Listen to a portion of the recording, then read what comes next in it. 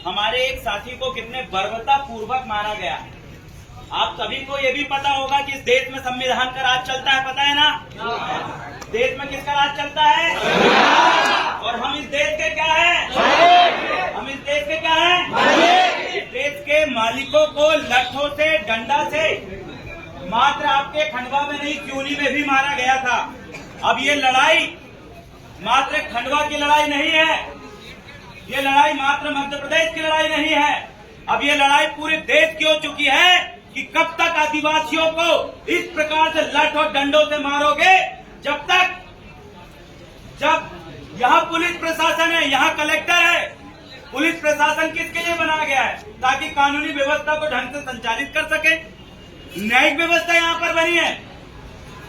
अगर हमारा कोई व्यक्ति, हमारा कोई आदिवासी किसी को अगर लाठी डंडों से अगर मार देता तो उसके पूरे परिवार को भी ये लोग परेशान करते और उसके घर को और उसके द्वारा बनाई हुई पूरी संपत्ति को ध्वस्त कर देते। लेकिन आज हमारे भाई के साथ ये हुआ। कहाँ गई थी पुलिस प्रशासन जो हुई है उल्टा मारे? मैं झूठ बांटने आया हूँ, मैं लड़ने आया हूँ उन लोगों से जो हमारे लोगों के खिलाफ, 100 लोगों के ऊपर जो फर्जी FIR का जिन लोगों ने षड्यंत्र बनाया। मैं उन लोगों की औकात याद दिलाने के लिए आया हूँ जो इन आदिवासियों के नाम पे राजनीति करते हैं। लेकिन जब उन आदिवासियों के ऊपर शोषण होता है, उनके भाइयों को लट्टों से जान से मार दिया जाता है, तब कहा जाता है इन नेताओं का खून को? ये दलाली का खून हमें समझ में आ चुका है। अरे नेता लड़े या ना लड़े, लेकिन ये समाज के युवा है।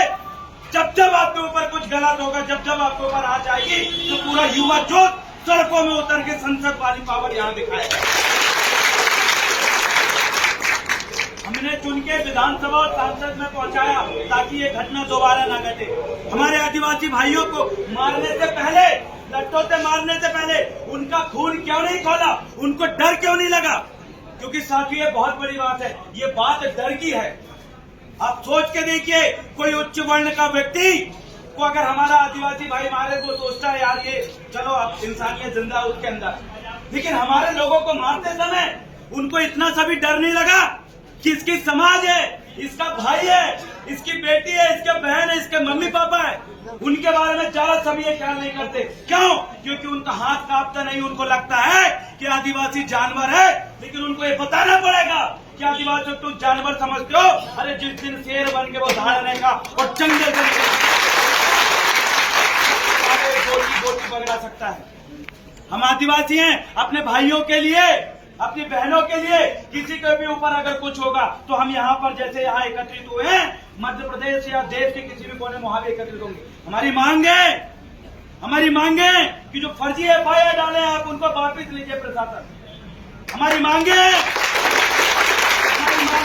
ऐसे लोग जो आदिवासियों को इस तरीके से मारता है, जिसने अभी मारा है, इनके परिवार पे भी वैसे ही बुलडोजर चले जैसे मामा जगह जगह जाके।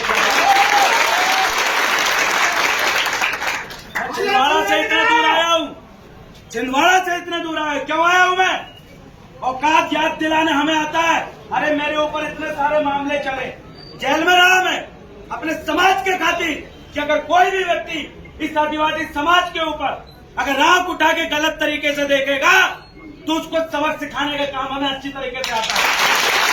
संविधान को हम पढ़ते हैं, संविधान को हम पढ़ते हैं और संवैधानिक हिसाब से लड़ते हैं। इसलिए आज पुलिस प्रशासन से आग्रह है कि संवैधानिक, हमारी जो संवैधानिक तरीके से हम वहां तक जाएंगे और आपको आवेदन देंगे। आपसे रिक्वेस्ट है कि जैसे हम आवेदन देंगे, जो हमारी मांगे हैं, विधिक मांगे हैं, उनको भी आप संवैधानिक तौर पर मांगने का काम करें। लेकिन अगर आप या पुलिस प्रशासन या यहाँ की जो न्यायिक व्यवस्था अगर किसी नेता नगरी के इशारे पे इन लोगों के ऊपर अगर फिर भेदभाव करेगी तो यहाँ सिर्फ अभी 100, 200, 1000 लोग आए हैं। आने वाले समय में पूरा खंडवा बंद का भी ऐलान करने का काम हम करेंगे। किसी से कोई दुश्मनी नहीं है, किसी से हमें दुश्मनी नहीं है। हम ये चाहते हैं कि ईमानदारी से विधिक तौर पर हमारे लोगों पे जो फर्जी मामला है और जो व्यक्ति इसका हत्यारा है उसको ऊपर आप कार्रवाई कर दो। हम कुछ नया नहीं कह रहे और हम ये भी कह रहे हैं इसमें कोई राजनीति नहीं करना। हम कोई राजनीतिक पार्टी से ताल्लुक नहीं रखते। हम इस समाज के लड़के, हमारे लिए समाज पहली प्राथमिकता है। हम राजनीति नहीं कर रहे हैं, हमारे युवा राजनीति नहीं कर रहे, तो जितने भी नेता नगरी लोगों को उनसे निवेदन करना चाहूंगा, अगर आप पीड़ित परिवार के साथ नहीं हो, आप पीड़ित परिवार के साथ नहीं दे रहे हो, तो पीड़ित परिवार को दुखी करने का भी तुमका कोई अधिकार नहीं है। और इस क्षेत्र के जितने भी हमने बोले थे, आने से पहले खंडवा में प्रवेश करने से पहले हमने बोले थे कि भाई जितने भी लोग जो ये मानते हैं कि उस व्यक्ति के साथ गलत हुआ है, चाहे वो किसी भी पार्टी का हो, अरे सही और गलत के लिए पार्टी एक तरफ रखो और अन्याय के खिलाफ न्याय की लड़ाई के लिए हमारे सामने आना चाहिए। मैं ऐसे लोगों का भी धन्यवाद करना चाहूंगा जो भले किसी पार्टी से ताल्लुक रखते लेकिन यहाँ पर आए हैं इस भाई को न्याय दिलाने के लिए, फर्जी पर वापस लेने के लिए, वो सही इंसान है। मैं उनको उन लोगों को बाकी पार्टी का गुलाम नहीं कहूंगा जो पार्टी को लात मार के अपने समाज के लिए, इस क्षेत्र की, जिला की जनता के लिए यहाँ पर न्याय के लिए आया है, वो हमारे लिए तारीफ काबिल है। और मैं अंत में यही